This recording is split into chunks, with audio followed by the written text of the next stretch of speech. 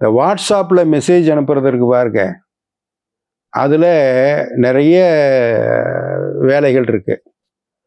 நம்ம மெசேஜ் அனுப்பிச்சோடனே ஒரு single tick அடிச்சுன்னா இங்கேருந்து போயிருச்சுன்னு அர்த்தம். அங்கே போய் சேர்ந்துச்சான்லாம் இல்லை.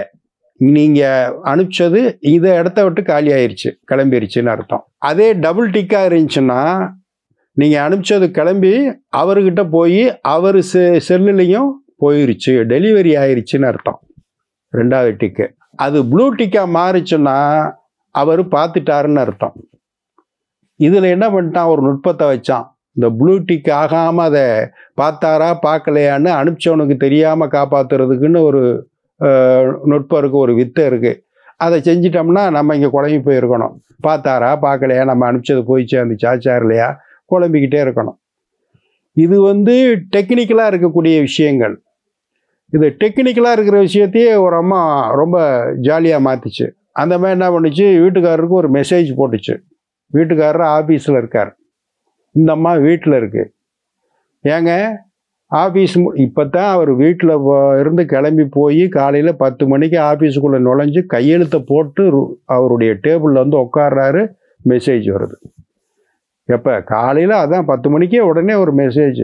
ஏங்க சாயந்தரம் திரும்பி வரும்போது அப்படியே காய்கறி மார்க்கெட்டில் கொஞ்சம் கத்திரிக்காய், கொஞ்சம் முள்ளங்கி, கொஞ்சம் கேரட்டு, கொஞ்சம் கருவேப்பிலை, கொஞ்சம் வெங்காயம், தக்காளி இது மட்டும் வாங்கிட்டு வந்துடுறீங்களா அப்படின்னு ஒரு மெசேஜ் அனுப்பிச்சிட்டு கடைசியாக ஒரு வார்த்தை கொசுறு என்னென்னா, சுகன்யா இங்கே உங்களுக்கு ஹாய் சொல்ல சொல்கிறா அப்படின்னு ஒரு வார்த்தையும் சேர்த்து அனுப்பிச்சிட்டாங்க.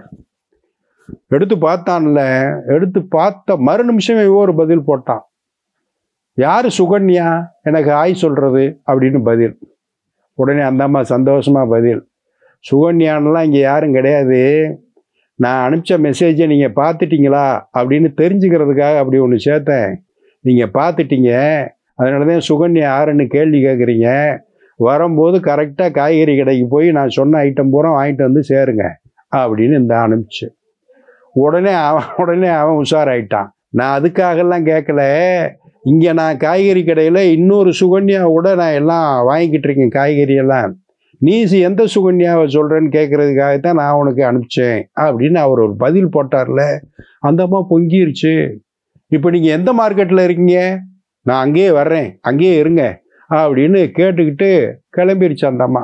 10:30 மணிக்கெல்லாம் அந்த அம்மா கிளம்பி காய்கறி மார்க்கெட்டில் நிற்கிது. கூட்டம் இல்லை, ஏன்னா அது ஆஃபீஸ் டைமில், அதுக்கப்புறம் தானே சாயந்தரம் தானே வரும். அப்படி தேடி தேடி பார்க்குது, இவரை காணா வீட்டுக்காரரை. இப்போ எங்கே இருக்கீங்க அப்படின்னு திருப்பி மெசேஜ் போட்டுச்சு. போட்டோன்னே நான் ஆஃபீஸில் தான் இருக்கேன் அப்படின்னு அவன் சொல்கிறான். நீ எங்கே இருக்க அவர் கேட்குறாரு. நான் காய்கறி மார்க்கெட்டுக்கு வந்துட்டேன், அந்த சுகன்யா யாருன்னு பார்க்கணும், அதுக்காகத்தான் நான் வந்திருக்கேன் அப்படின்னு அந்த அம்மா சொல்லிச்சு. சுகன்யாலாம் யாரும் கிடையாது, நான் ஆஃபீஸில் வேலை பார்த்துக்கிட்டு இருக்கேன். இப்போ நீ காய்கறி மார்க்கெட்டுக்கு வந்துட்டீல, நீ கேட்ட கத்திரிக்காய், முள்ளங்கி, கேரட்டு, தக்காளி, வெங்காயம் எல்லாத்தையும் வாங்கிக்கிட்டு நல்ல காயாக வாங்கிட்டு போய் வீட்டில் இரு, சாயந்தரம் சந்திப்போமா, பாய் பாய் அப்படின்னார். அடுத்த நிகழ்வில் சந்திப்போம். இந்த நாள் இனிய நாளாக அமைய நல்வாழ்த்துக்கள். வணக்கம்.